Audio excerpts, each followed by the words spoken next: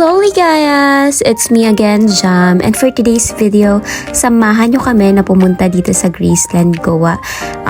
Kasi nagyaya yung mama ko na kumain dito kasi she's stressed out sa mga kaganapan niya sa buhay. So, ito talaga yung go-to restaurant naman dito sa Goa kasi napakasarap ng mga pagkain nila.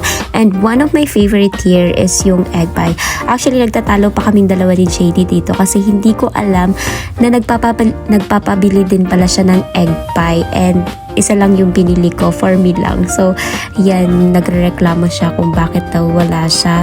And tinatry ko naman na bigyan siya pero ayaw niya. Gusto niya talaga magkaroon ng sarili. So, yan, since as a spoiled apo, binigyan siya ni mama ng pera para bumili ng kanyang sariling egg pie.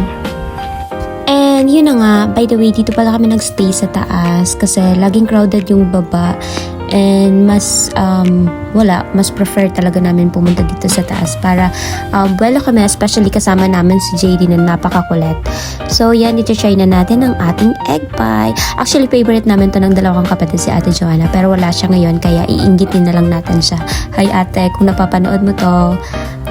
So, yan, masarap din yung kanilang pancit and isa din sa favorite ko ay ang kanilang fries. Napakasarap and napaka-crunchy. Actually, nag-aagawan din kami ni JD dito sa fries kasi favorite niya din to.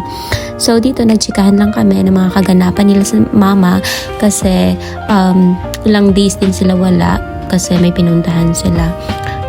Yan, nagchikahan lang kami ng mga kaganapan sa buhay.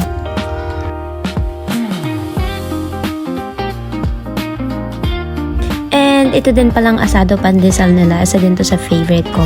Ako na lang mag-isang kumakain dyan. Kaya binilisan ko na. Kasi tapos na silang lahat kumain. At ako na lang natitira. Napakasarap ng nasa loob nitong karne. Favorite ko yan. Yan yung binibili ko every time na pumupunta kami rito. And yeah.